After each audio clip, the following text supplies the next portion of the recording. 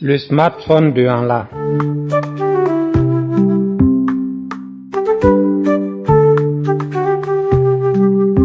Dans un paisible village africain appelé Sikouman, vivaient deux jeunes garçons, Anla et Tella.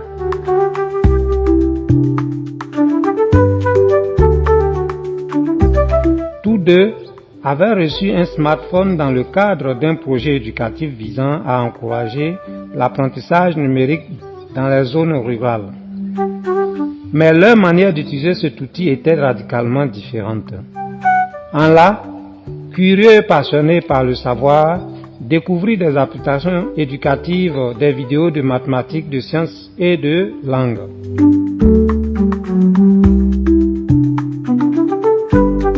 Chaque soir, sous l'arbre à palabre du village, il branchait son téléphone sur un petit panneau solaire. Il regardait les cours sur la chaîne YouTube de l'Abacadémie, prenait des notes dans un cahier et rêvait déjà de devenir ingénieur pour construire des solutions utiles à son peuple. Tella lui préférait les divertissements. Il passait ses journées à jouer à des jeux vidéo, à défiler sur les réseaux sociaux et à rire devant des vidéos amusantes.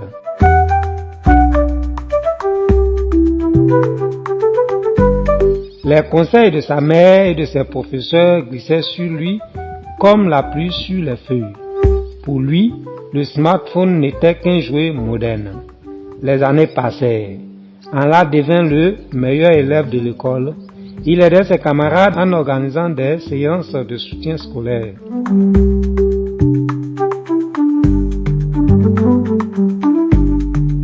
Grâce à sa discipline et à sa soif de savoir, il obtint une bourse d'excellence pour étudier dans la capitale.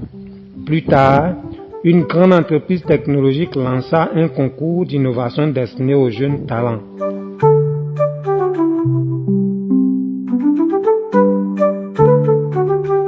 Anla y participa avec une application qu'il avait lui-même conçue pour permettre aux élèves des villages d'apprendre hors ligne. Il remporta le premier prix.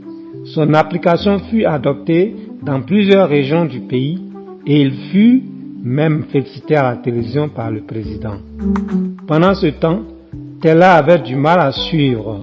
Il peinait à se concentrer en classe, ses résultats scolaires avaient chuté et il se sentait perdu.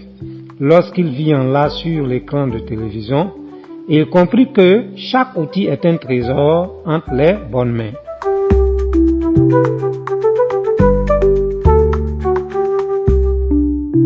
Morale, le savoir est aujourd'hui à portée de main. Un smartphone peut être une école, un mentor ou un tremplin vers le succès, à condition de l'utiliser avec intelligence et discipline. Proverbe, ce n'est pas le couteau qui est dangereux, c'est la main qui le tient.